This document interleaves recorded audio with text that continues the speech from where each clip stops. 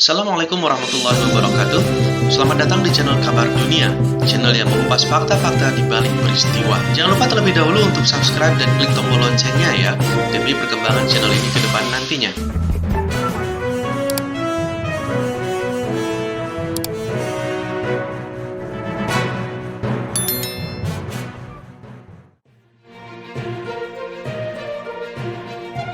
Konflik Rohingya di Myanmar telah sering menjadi topik utama di berbagai media belakangan ini.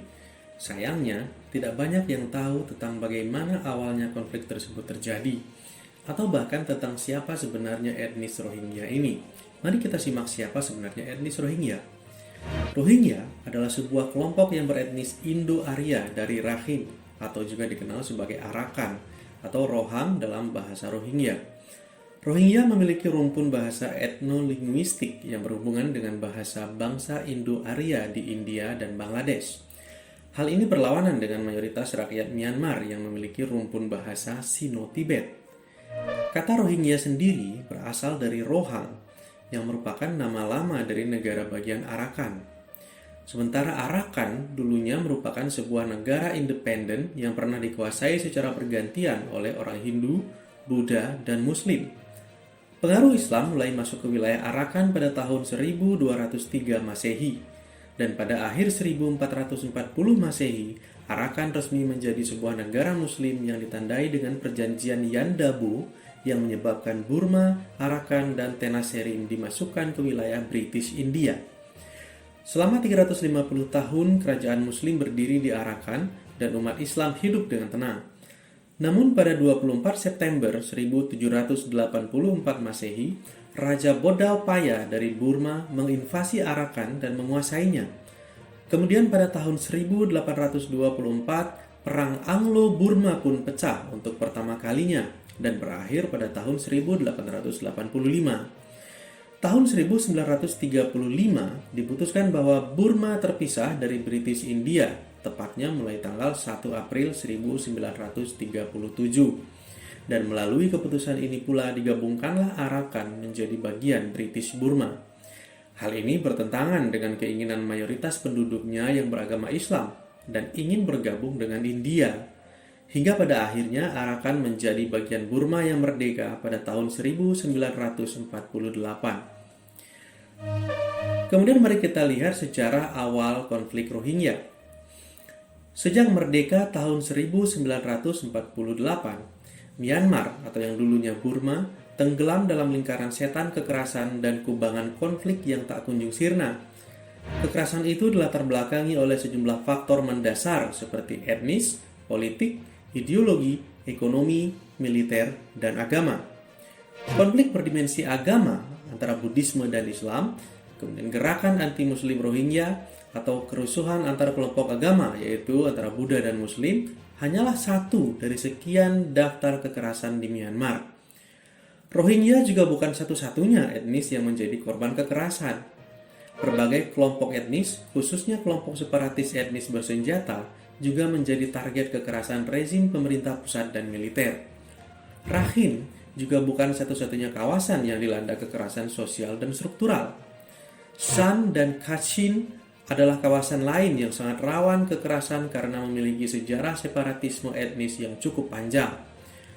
Muslim Rohingya bukanlah satu-satunya kelompok Islam yang menjadi target kekerasan.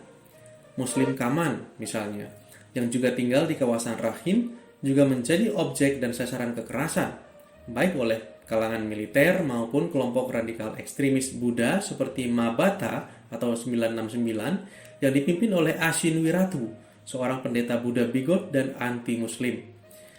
Kaman adalah satu-satunya etnis mayoritas beragama Islam yang diakui secara resmi oleh pemerintah. Ada sekitar 135 kelompok etnis yang diakui secara legal eksistensinya oleh pemerintah Myanmar. Yang lain, termasuk Rohingya, dianggap orang asing, etnis ilegal, atau pendatang gelap. Kelompok Muslim lain di Myanmar yang mengalami kekerasan komunal dan struktural adalah Chulias, Kaka, dan Pathans.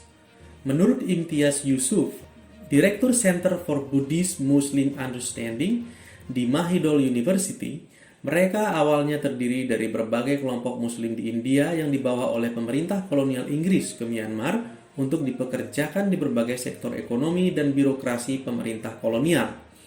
Karena berlatar belakang Muslim India, mereka pun mengikuti tradisi keislaman di India dan menjadi pengikut Barelwi, Deobandi, atau Jemaah Tabligh. Mereka juga menggunakan bahasa Urdu dalam berkomunikasi. Setelah berhasil melakukan kudeta militer di tahun 1962, Jenderal Nevin mengusir ratusan ribu kaum Muslim keturunan India ini sebagai bagian dari proses nasionalisasi. Jenderal Nevin inilah yang mulai melakukan proses delegitimasi kepada Rohingya. Dialah yang merancang Constitution of the Socialist Republic of Myanmar dan Emergency Immigration Act di tahun 1974 yang menjadi fondasi pembentukan sistem kewarganegaraan berbasis etnis. Puncaknya pada tahun 1982 saat diberlakukan Undang-Undang Kewarganegaraan Burma atau Burmese Citizenship Law, di mana di dalamnya disebutkan tentang 4 tipe kewarganegaraan Burma, yaitu warga negara utama atau citizen, warga negara sekunder atau kelas 2 atau associate citizen, warga negara naturalisasi atau naturalized citizen, dan orang asing atau foreigner. Rohingya masuk kategori orang asing ini. Tahun 2015 menjadi puncak penderitaan bagi warga Rohingya ketika Presiden Thein Sein mendapat tekanan dari kelompok nasionalis ekstremis Buddha Burma 969 untuk mendeklarasikan bahwa kartu identitas Rohingya tidak berlaku dan menganggap Rohingya sebagai orang Bengali atau Bangladesh. Asal-usul atau nenek moyang Rohingya yang diyakini dari Bangladesh itu kemudian jadi perdebatan dan karena itu dijadikan sebagai alasan oleh berbagai kelompok militan nasionalis, baik yang berbasis agama, etnis, militer, dan fraksi politik untuk mendelegitimasi Rohingya. Berbagai kelompok ini menganggap Rohingya sebagai kelompok etnis berbahaya yang bisa mengancam eksistensi Myanmar dan umat Buddha. Kekhawatiran berbagai kelompok militan nasionalis atas Rohingya ini bukan tanpa alasan. Rohingya sendiri sejak tahun 1998 telah membentuk sejumlah kelompok milisi bersenjata untuk melawan pemerintah seperti Rohingya Solidarity Organization, Arakan Rohingya Islamic Front, atau yang kemudian bergabung mendirikan Arakan Rohingya National Organization beserta sayap militernya Arakan National Army. Sementara kelompok milisi separatis Rohingya yang berkonflik dengan militer dan pemerintah adalah Arakan Rohingya Salvation Army. Rakhine menjadi ladang kekerasan antara kelompok Muslim Rohingya dan Buddha Rakhine karena di negara bagian ini Rohingya menempati sekitar 40% dari total wilayah, sehingga wajar jika warga Buddha setempat merasa was-was.